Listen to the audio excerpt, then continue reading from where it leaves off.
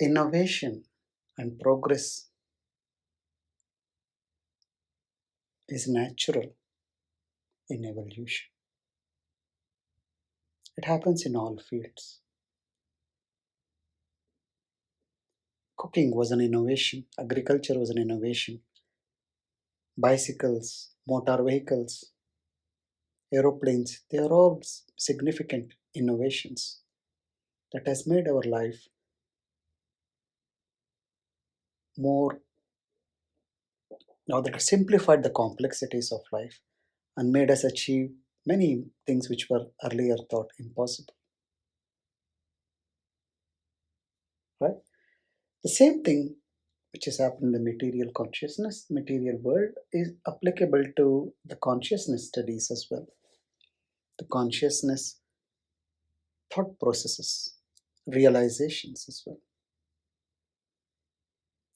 The ritualistic part of the Vedas, also called as karma kandas, they represent the earlier thought processes of human beings. As the thought processes evolved, people found ways to see how their life is connected with everything in the cosmos. They found out that they have an existence which is extends well beyond the physicality. They moved to the realm of the subtle existence, the subtle world which we call.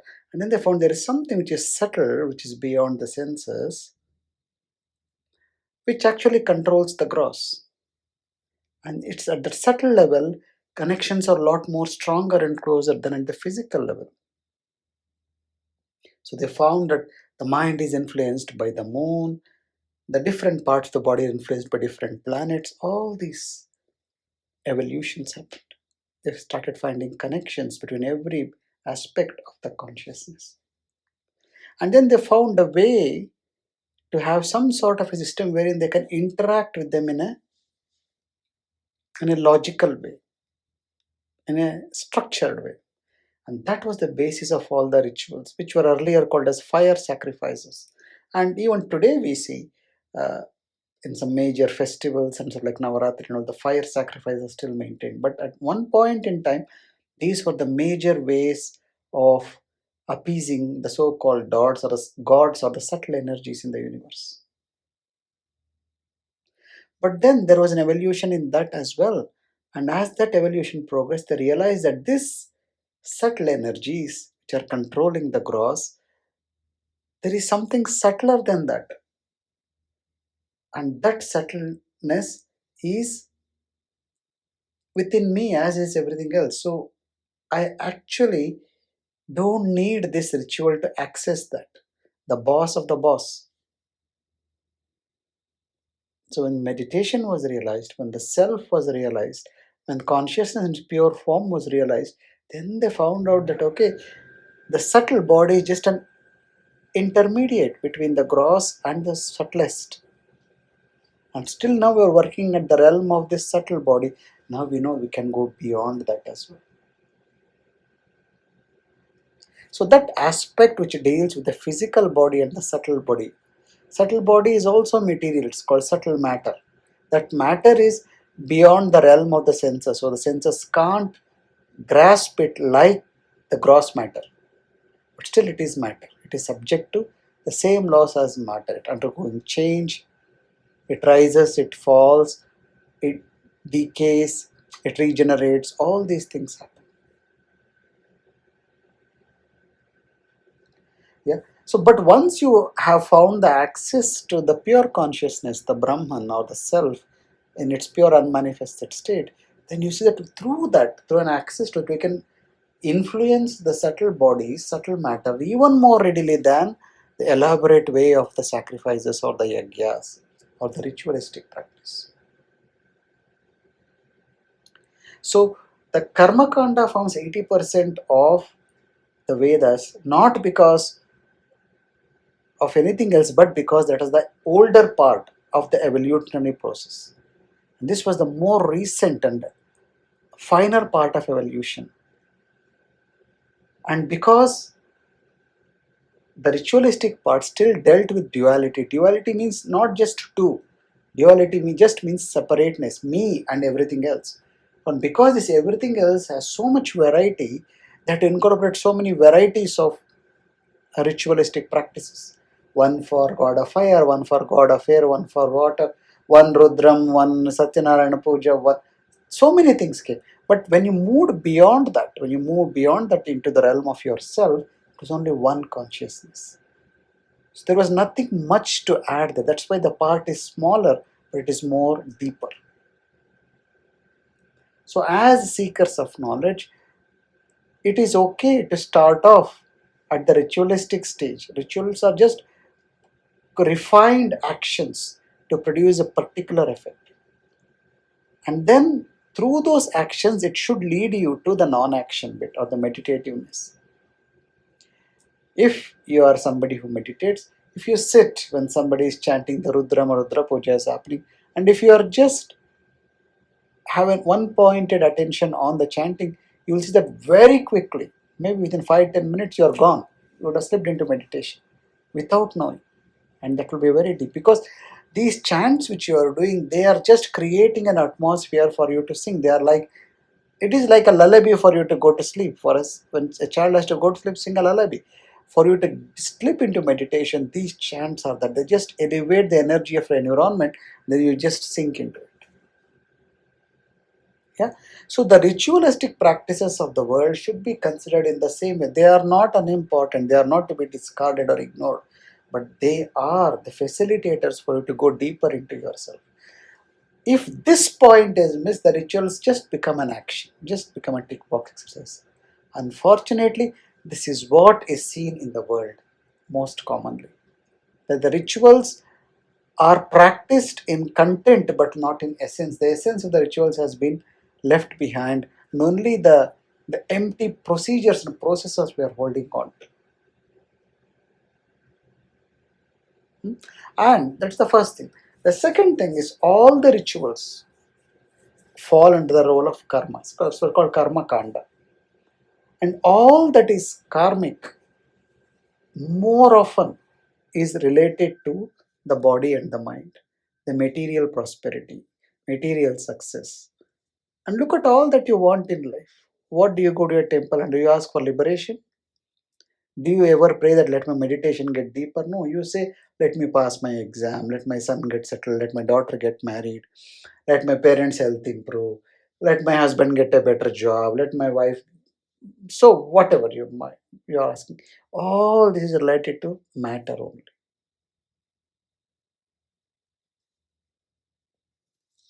Okay, which means that you're still giving a lot of emphasis to the duality and the material aspect of existence,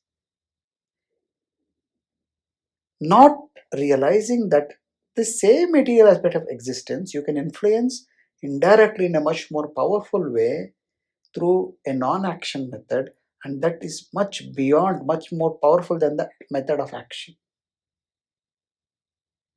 You can meditate and get all your desires fulfilled. You can meditate and make sure the bumps in your life become smooth, all the humps are removed just by intention.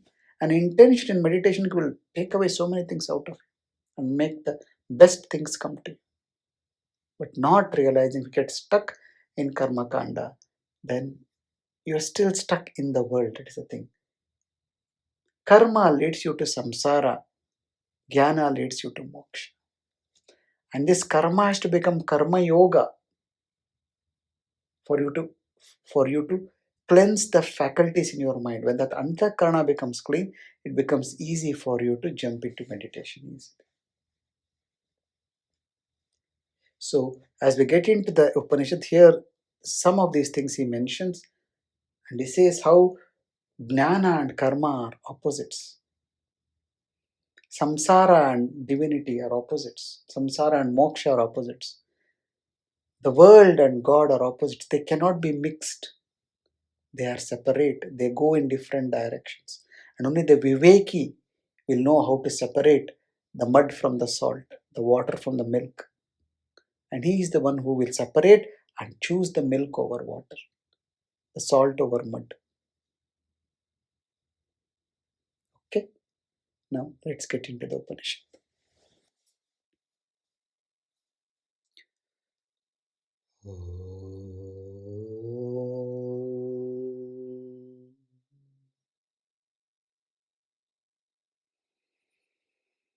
Guru Brahma, Guru Vishnu, Guru Devo Maheshwarah, Guru Sakshat Parabrahma, Tasmai Shri Gurave Namaha, Gurave Sarvalokanam, Vishaje Bhavarogina, Nidhaye Sarvavidyanam, Dakshinamurtaye Namaha, Hari Om, Shri Gurubhyo Namaha, Hari Om. ॐ सहना भवतु सहनौ भुनक्तु सह वीर्यं करवावहै तेजस्विनावधीतमस्तु मा विद्विषावहै ॐ शान्ति शान्ति शान्तिः हरिः ओम् श्रीगुरुभ्यो नमः हरिः ओम्.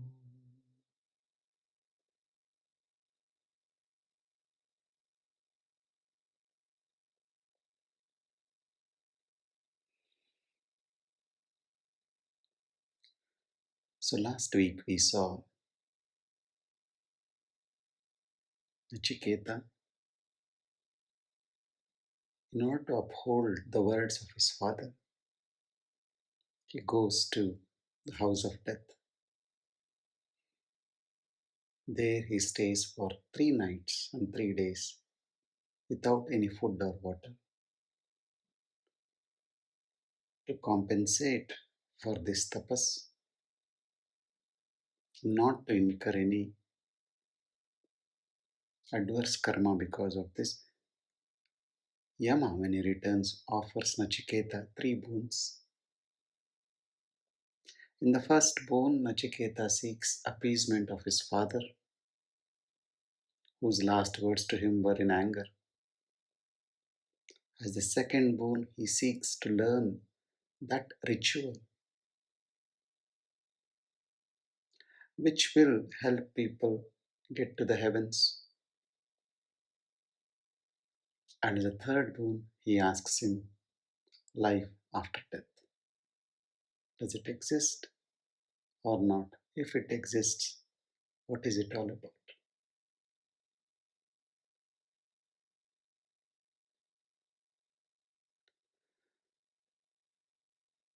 In the scriptures, it is said that there are 14 different worlds in which a human soul can move through.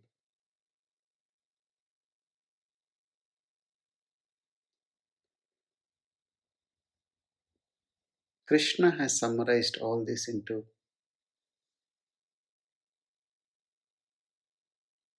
3 or 4 words, just for the ease of understanding.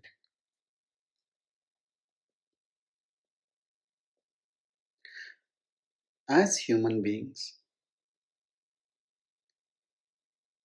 when you come into this planet, in this body, you are endowed with attributes, with qualities, with strength, with intelligence. If you use these wisely, effectively, you'll be able to enter the higher realms of existence. But if you don't recognize what you have been given and you live a conditioned life, trying to please people around you, in insecurity, in fear of losing whatever you think is yours in the material world, then you go down into lower realms of existence.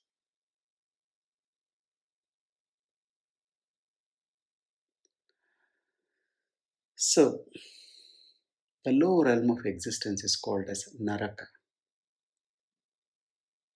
If The net consequence of all the actions and the intentions of those actions, especially, are not in favor of uplifting life around you, then you carry a heavy burden of what is called negative karma or papa. Then, when you leave this body, before you take another body, you will have to go through some suffering. The suffering which you caused intentionally to others.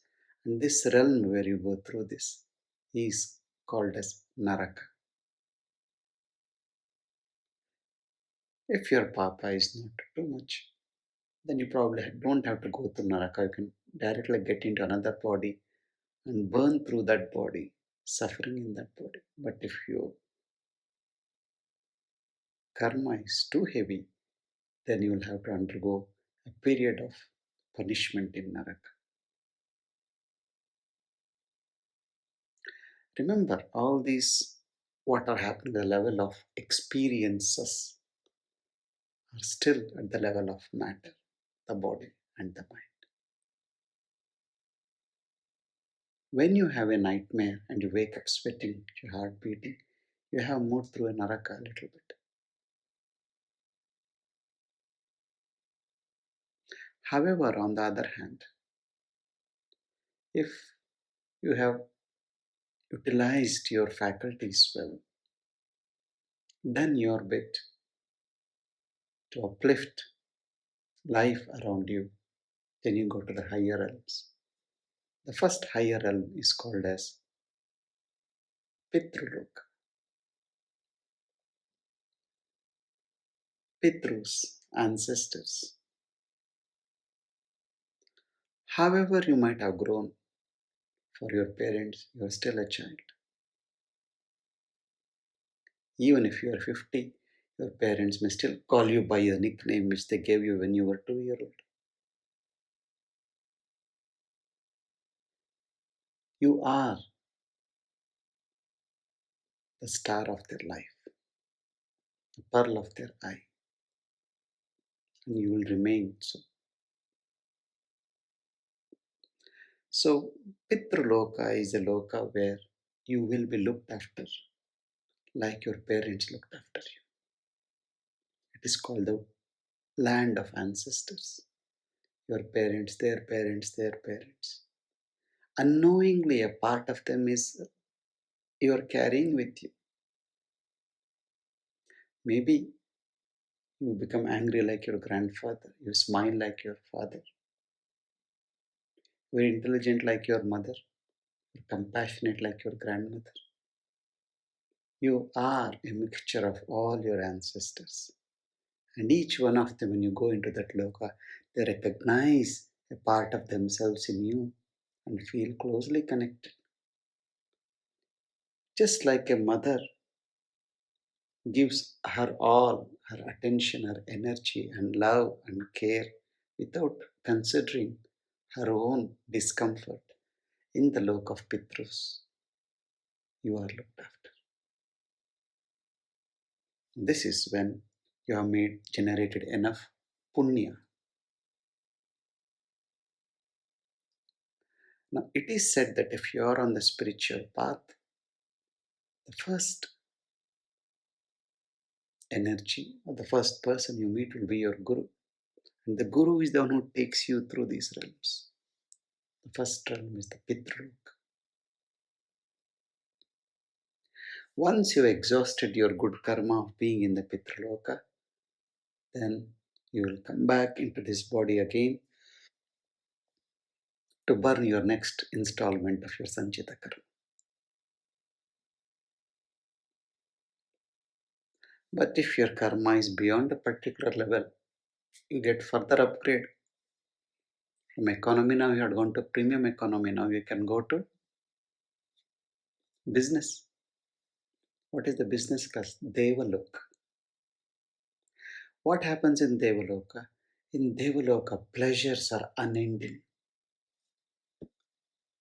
abundant, unending realm of pleasures, comfort.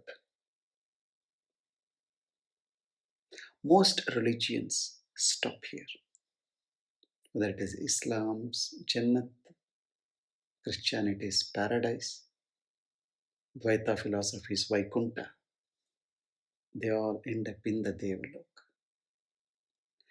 Devaloka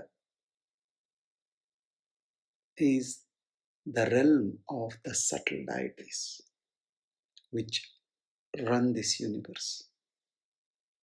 The unseen gods to whom you pray, to whom you offer your offerings in your yajnas, the gods of the elements, the god of death, Yama, they all come in this realm. Many of these are themselves mere mortals who were at one point elevated themselves to this level through their consistent accumulation of good karma. They've been promoted from being human to be a deva. So here there is comfort, there is pleasure, there is no old age, there is respectability, and when you have exhausted your karma of being in this place, you come back again to burn your another installment of your sanchita.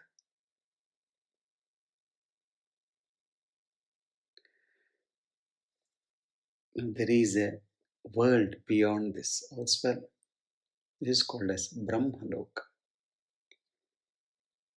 the realm of the enlightened,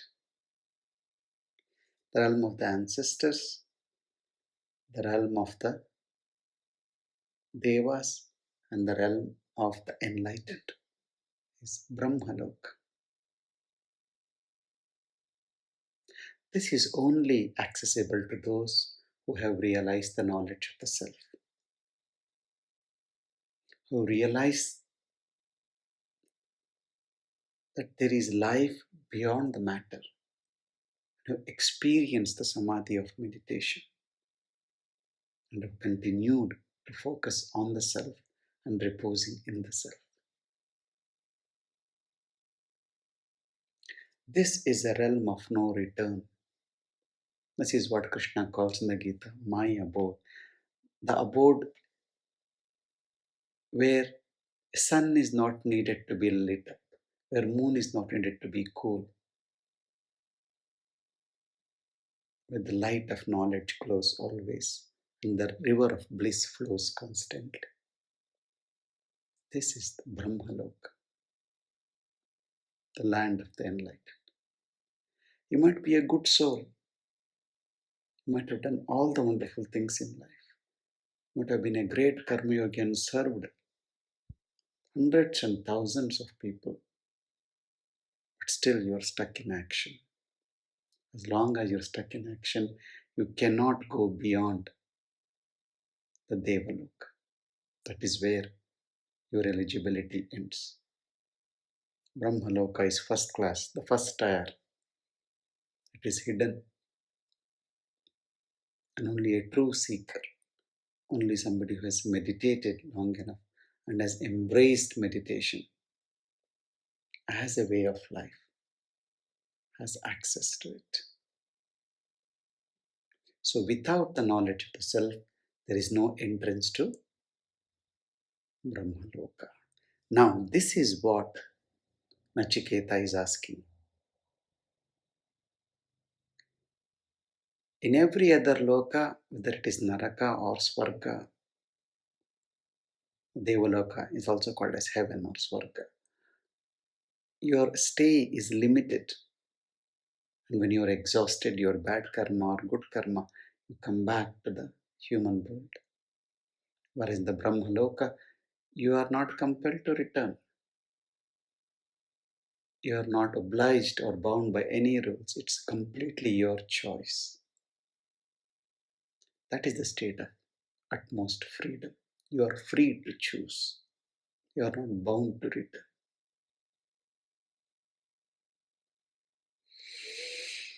This is available only to a few, chosen few. Those who realize the knowledge of the self are known. That is what Nachiketa is seeking here. And that is what Yama initially hesitates to give.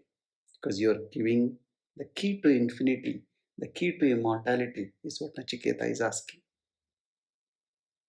So Yama tests him. He offers him all the pleasures of the heaven. Not just heaven, many different layers of heavens are there. He offers all the pleasures of the highest heavens. And Nachiketa, without even blinking an eye, completely rubbishes, disregards all of them and says, "No, I want only that, the entrance to the Brahmalok, and you are going to give it to me."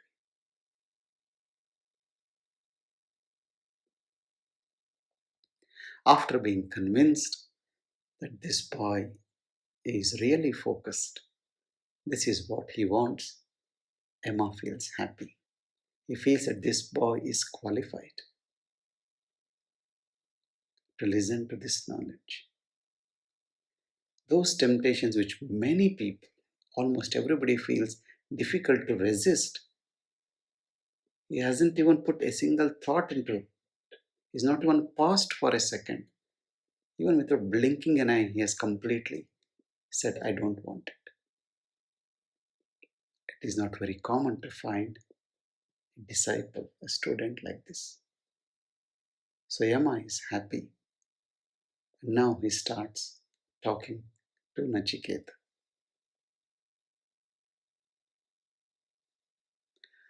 Anyat shreyo anyat utaiva preyaste ubhe nanartha purusham sinitaha. तयो श्रेय आदादानस्य साधुः भवति हीयते अर्थात यायु प्रेयो वृणीते. These few shlokas which we're looking into today, extremely precious, very powerful. So stay here, pay attention to this. This will reverberate with your lives. Say, so Nachiketa, in everybody's life, at almost every instance, there appear two choices, the good and the pleasant, Shreyas and Preyas. That which is good for you ultimately and that which you like to do. Ubhe nanarte purusham sinitaha.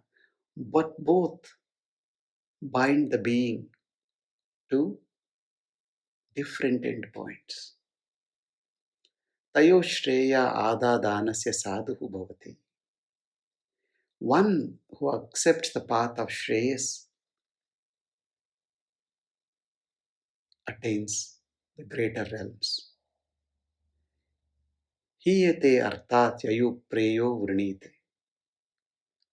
And one who chooses the pleasant, the pleasure, surely will miss the goal. Hiyate arthat. He surely misses his goal. One who chooses Shreyas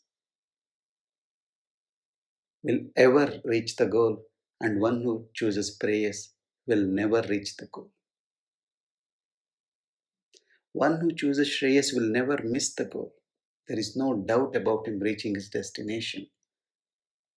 Whereas one who reaches Preyas will never reach. He is always stuck in a catch-22 situation. These two words, Shreyas and Preyas, belong to the Upanishads, and these have been used so many places, including in the Gita. In fact, I know a friend whose daughters are called Sia and Pia, which is nothing but the short forms of Shreyas and Preyas. I don't know whether they know the significance of the names, but these are really significant. So let's look into it a little bit more. So, what is Shreyas and what is Preyas?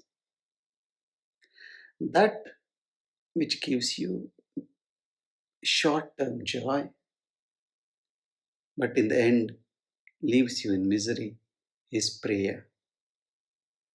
That which may give you, not always, short term discomfort, but in the end is always wonderful and brilliant, is Shreyas. Duradrushti. The wise are always said to have this thing called Duradrushti, looking at the long term benefit of everything, not the short term discomfort. And look at things in your life, what you like and what is good for you. Laziness, we all like. What is good is activity. We all like to indulge pleasures. Restraint is good. We all like to talk. Silence is better.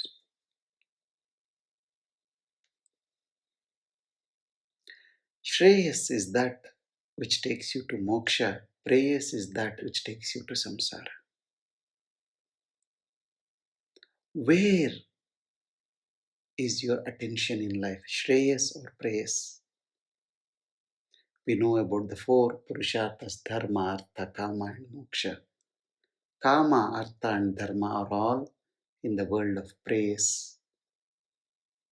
And Moksha is the only one in the world of Shreyas. You may get your pleasure sorted. You may make money. You may even attain power, control, manage things. But they all are in the realm of samsara only. They all are limited to the body and the mind. The one which is beyond that is moksha, is freedom. And that only comes through choosing the path of Shreyas. One leads to, one is a consequence of avidya. Choosing prayers is a consequence of avidya, ignorance. Choosing Shreyas is a consequence of having that vivek, knowledge. The path of jnana, the path of knowledge, is the path of moksha, is the path of Shreyas. The path of action is the path of karma. And as we know, karma is what binds the body to this earth. Whether you go to Naraka, Pitraloka, Devaloka, they all are karma dependent. It's only the samadhi you experienced that will take you to Brahmaloka.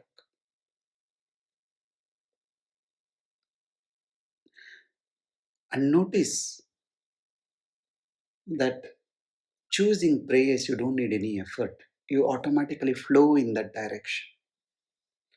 As long as you allow the mind to make decisions for you, it always pulls you towards praise. It's a mature intellect which helps you to make the choice to pick Shreyas over praise. To get into Shreyas, you need focus, awareness, discipline. Only through that you can sustain. Like the marathon. If you want to run a marathon, you'll have to keep prepared and be at it consistently. Even a week you don't train, you will see how much you have lost, all that you had gained. So being consistent and consistently at it is what will take you to moksha. So though it is no effort at all, yet it is the greatest effort to be on the path of Shreyas. The first greatest effort is breaking this conditioning of the mind to choose prayers all the time. So indulgence in the world is praise, indulgence in the self or renunciation of the world is Shreyas. So here Yama says, these two paths are in front of you. Which one do you choose, Nachiketa? That is what determines where you end up. If you choose the Shreyas, you are walking the path of liberation and you're sure you're going to get there. If you choose the path of praise, there is no hope. You just run around a few things, maybe experience a little bit more joy than before, a little bit more comfort, more pleasure. That's it, it all ends. It's all finite and it's all tiring. And like Nachiketa said, when Yama offered him all the pleasures, he said, what's the point, Yama? You give it today, take it away tomorrow. And moreover, indulgence in this just makes me tired and weak. It drains my energy and weakens my senses. When your energy is drained and the senses are weakened, you have got no interest in knowledge. You are no got no interest in something higher in life. Just even to be listening to this with sincerity, with interest, without being distracted, needs a critical amount of prana in your system. And if there are so many people who are not here just because they don't have it, they have got no entrance to this realm.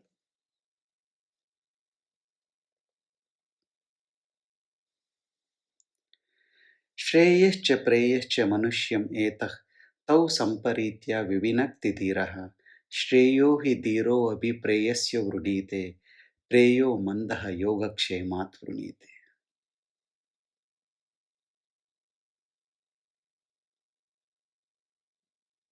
When these two paths appear in front of a human being, appear in front of man, tau samparitya vivinakti dhira. Here the word dhira is used very often in this Upanishad.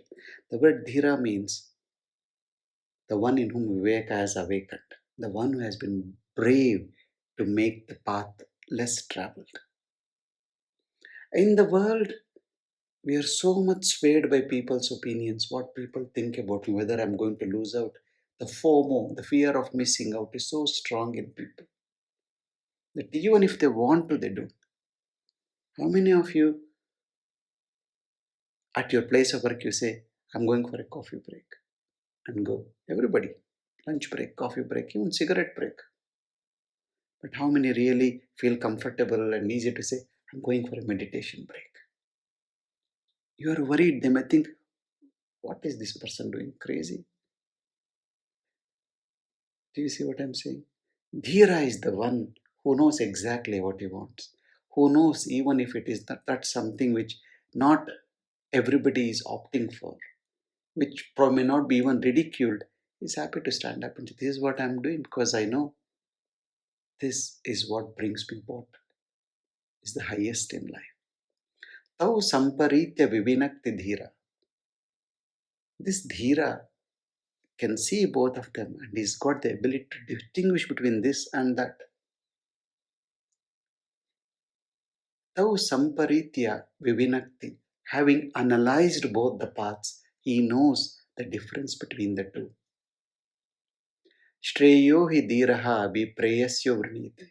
And he always prefers to pick Shreyas over prayers. Who? The Dhira. Preyo Mandaha Yogakshemat Vrunite. Mandha. Mandha means a dull head, an idiot. Mandaha Yogakshemat Preyo Vrunite. And the dull headed person, the unintelligent one, the foolish one, seeking comfort and pleasure, chooses the path of prayers. The world is like a magnet. The more you indulge into it, the more it sucks you deeper into it. That is why all the wise people, all the masters have suggested to regularly withdraw from the world, even for a few minutes, few hours. The sadhana which you do, the meditation which you do every day, even the closing of your eyes which you do every day, nature naturally puts you into sleep where you have to withdraw from the world to rejuvenate. And on those days when you can't sleep and you are engaged so much, you see how exhausted you feel. You have to rejuvenate, you have to withdraw. And there is always encouragement for you to withdraw. What is our happiness silence program? Withdrawing from the world for 2 days, 3 days, 4 days, and being in the company of the self. Only a dhira can do it, not a mandabuddhi. Of all the excuses people give not to meditate, not to come into silence, is because they have not got that intelligence awakened. See here the word yoga, kshema, which comes, this is what Krishna uses in the Gita as well. It's another word which is sourced from this Upanishad. And here he means just physical comfort in the world. Desiring comfort, desiring pleasure, the dull chooses the prayers, the path of prayers, the path of pleasure, the path of samsara.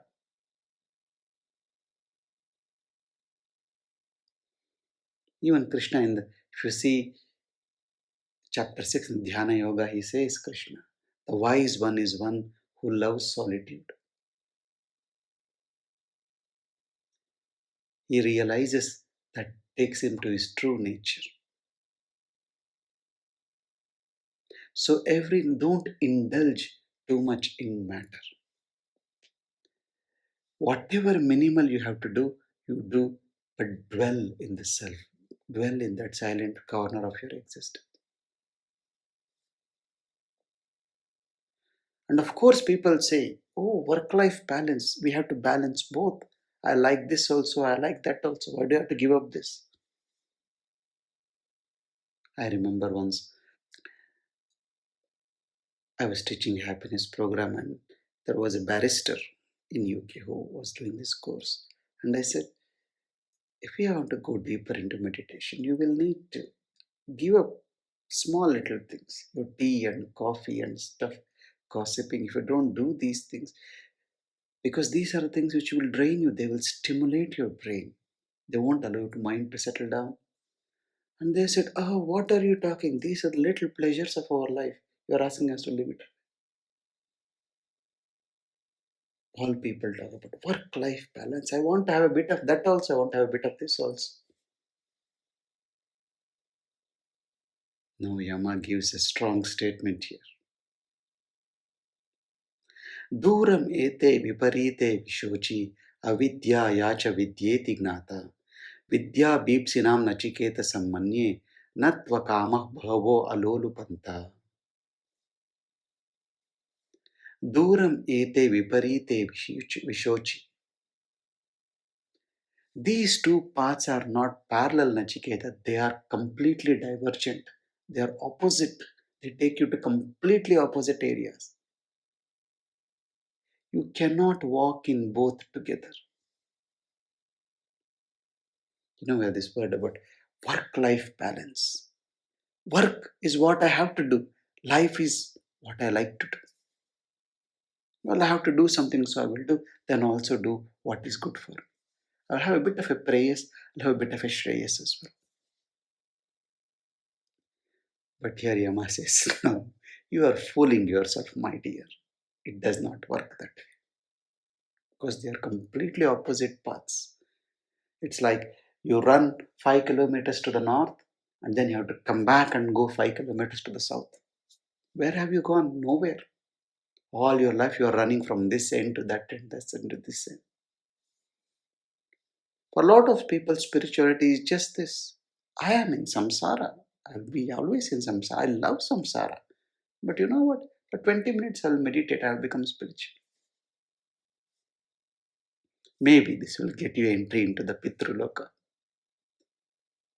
And if you have done silence regularly, little bit more to Devaloka. But where is your home? Is your home in the world or in yourself? That is what determines where you go.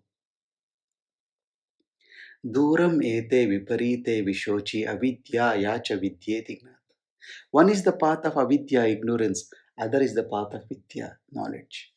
You cannot walk on both together. You cannot mix darkness and light together. You cannot mix poison and nectar together and say, I'll have a little bit of this and have a little bit of that also. Are you all awake? Are you getting what I'm saying? Vidya bhipsinam nachiketa sammanye. Natva kama bahavo alolupanta. Vidya bhipsinam. Nachiketa, you appear like somebody who has chosen knowledge, who is thirsty for knowledge. You see, sincerely seeking knowledge. Natva kama bahavo alolupanta. How many pleasures I offer to you, but you are not swayed by their temptations. All the pleasures I offered, you set them aside. So you are the real one who knows how to see the paths, separate them through Viveka, and choose the path of Shreyas. Sattvam priyan, priyarupanscha kaman, अभिध्याया Nachiket अत्यश्राक्षीः न एतां शृङ्कां वित्तमयीम् अवाप्तो यस्यां मज्जन्ति बहवः मनुष्याः सः त्वं प्रियान् प्रियरूपान् च कामान्.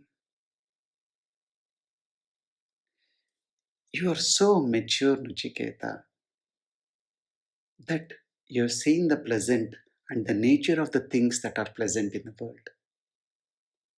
Abhidhyayan Nachiketaha Atyashrakshihi.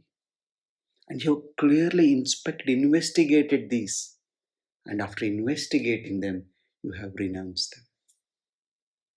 And this you have not done after coming here. You are already this. How come a boy of 7 or 8 years old has this maturity? This must have been truly the merits or the sadhana of past lifetime that has come prepared in this lifetime. So Yama is singing the praises of his disciple. He's so happy. He's saying, "Oh Nachiketa, such is your strength, inner strength, that in spite of me offering all the pleasures, you have just discarded. You have not just discarded them blindly. You have seen them. You have investigated them. You have seen the fallacies of it. The world offers joy, but it never fulfills the hope it arises in you, isn't it? I love ice cream, you say. How much ice cream can you eat? Very soon, the same ice cream you want to get away from. All pleasures, when the craving comes in, you feel there is nothing bigger than that. But the moment the craving, you indulge in them, the craving just slips away, like the water from your hand, just slips away instantly. And imagine the effort you put when the pleasure, the craving for a pleasure arises. See how it engulfs you, how it takes you over. You will leave whatever you are doing, however important it is, and run behind it, isn't it? If you don't do, you get withdrawal symptoms in your life. You feel life is not worth having if you don't have this pleasure now. And here he says, Nachiketa, you are not like that. Having investigated them thoroughly, having seen through the false promises this world and this mind as keeps on making, and having remembered the number of times you have fallen prey to it, you have renounced it. Na etam shrankam vittamayim avapto. Shranka means chains. See, whether you are bound by a rope or an iron chain or even a golden chain, it's bondage only. It does not matter whether you live in a palace and you are bound. If you have watched the series Crown, which talks about the British royal family, you see immense amount of wealth, enormous amount of material wealth, love, respectability. But look at the life. Such unhappiness, such misery. Have you seen this? This is a good lesson for us. You may have been the kings and rulers and presidents and prime ministers, but with no light of the knowledge of the self, you continue to be miserable. So here, Yama tells Nachiketa, consider them as shrunka, mere chains, all the pleasures offered by the world, vittam iyam avaptaha na etam. You have discarded this vittamai.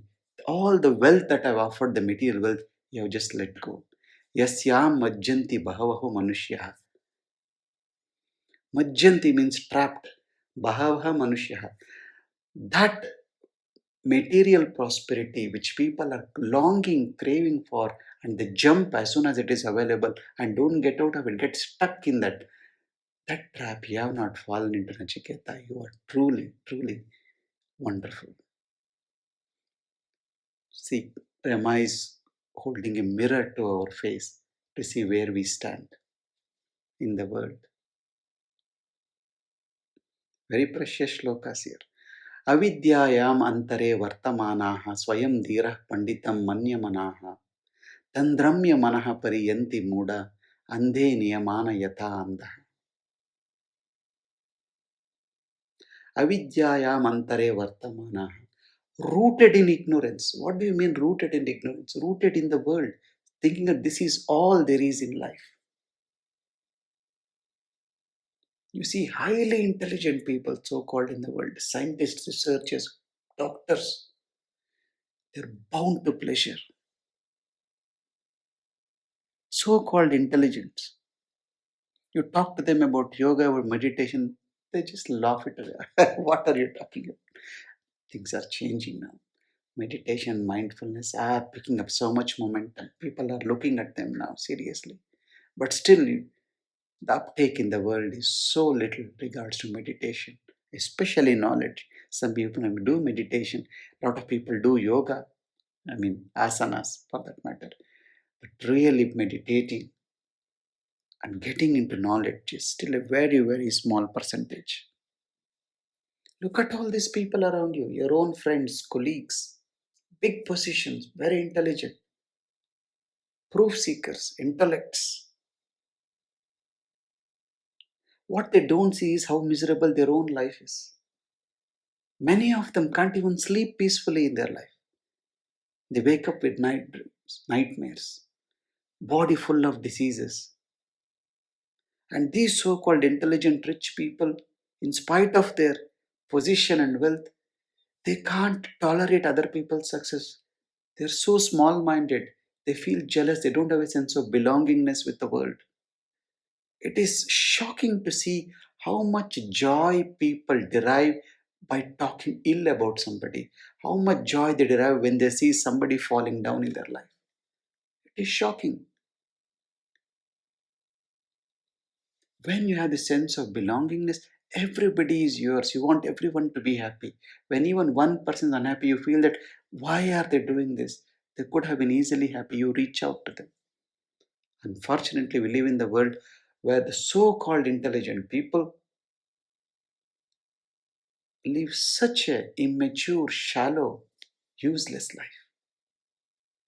Avidyayam antare vartamanaha swayam dhirah panditam manyamana.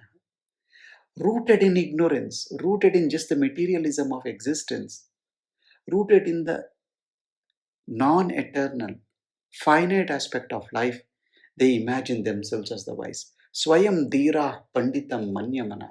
They think they are the most intelligent just because they got 2 degrees in there next to their name.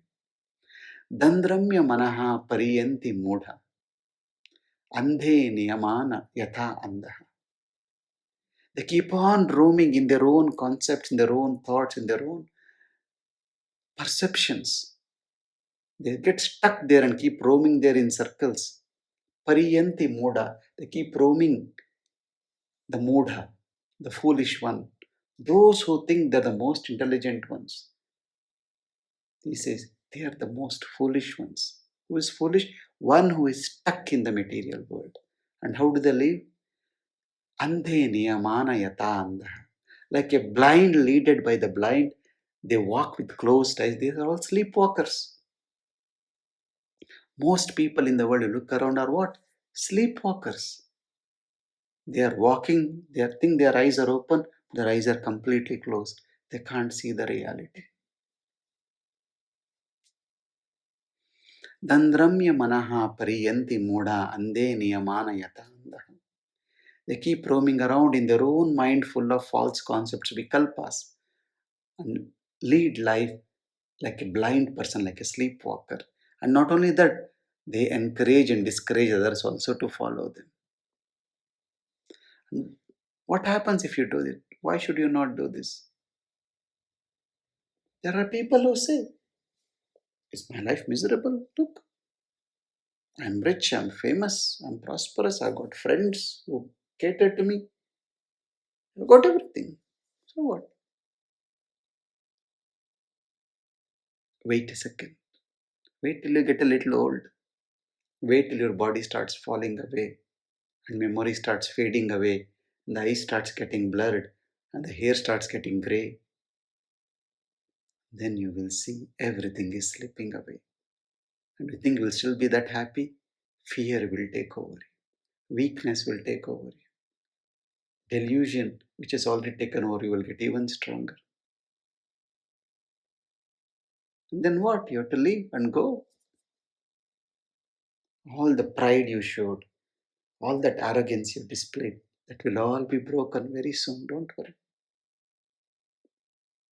न संपरायः प्रतिभाति बालं प्रमाद्यान्तं वित्तमोहेन मूढम् अयं लोको नास्ति परा इति money पुनः पुनः वशमापाद्यते मे. Strong words again. न संपरायः प्रतिभाति बालम.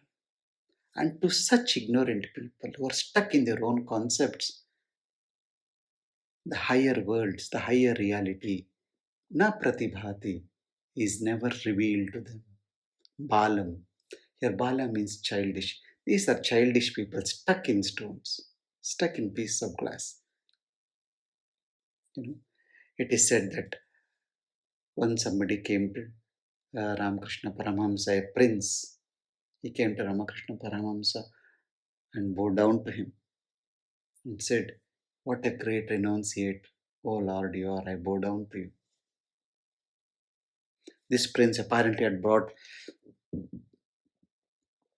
a gold coin or a golden statue of Devi or something really precious in gold and given it to him. And Ramakrishna just said, "Keep it there." And then somebody brought some fruits, he said, "Keep it there." And this prince saw this and said, "I mean, there's some bananas and there is a golden something, and you're treating them like this." And he bowed down and said, "You are great. Something so precious you're able to let go." And Paramahamsa said, "No, no, no, I am not good. I need to bow down to you. I have just discarded a few pieces of metal, but I have held on to the divine. You have just left the divine and held on to pieces of metal. You are a bigger renunciate." So here it says, for the bala, for a childish, for the ignorant, foolish one, na samparayaha pratibhati. The higher self is never revealed. They can never see what you are seeing. Pramadyantam vitta mohena modam.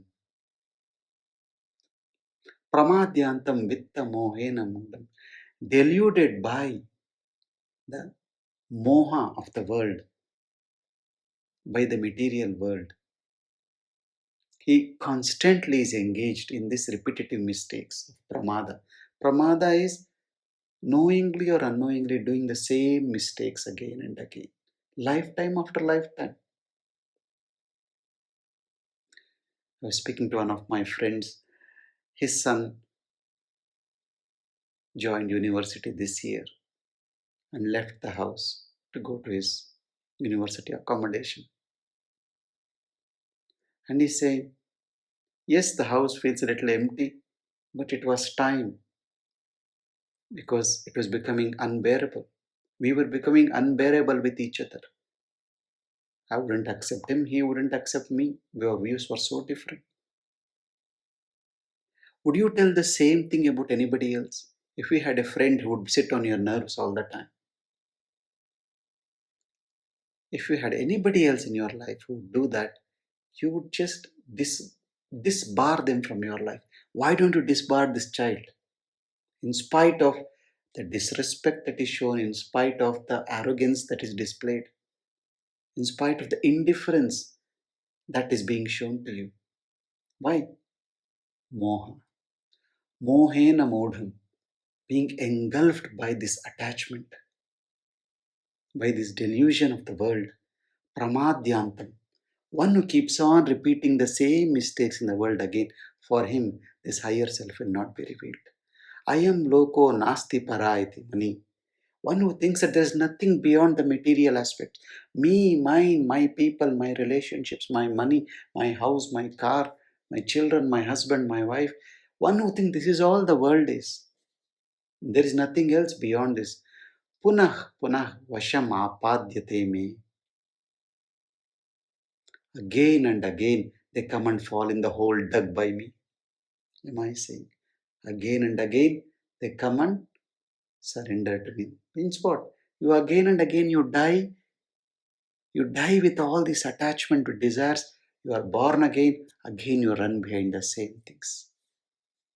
For somebody like you who has never reflected truly on life,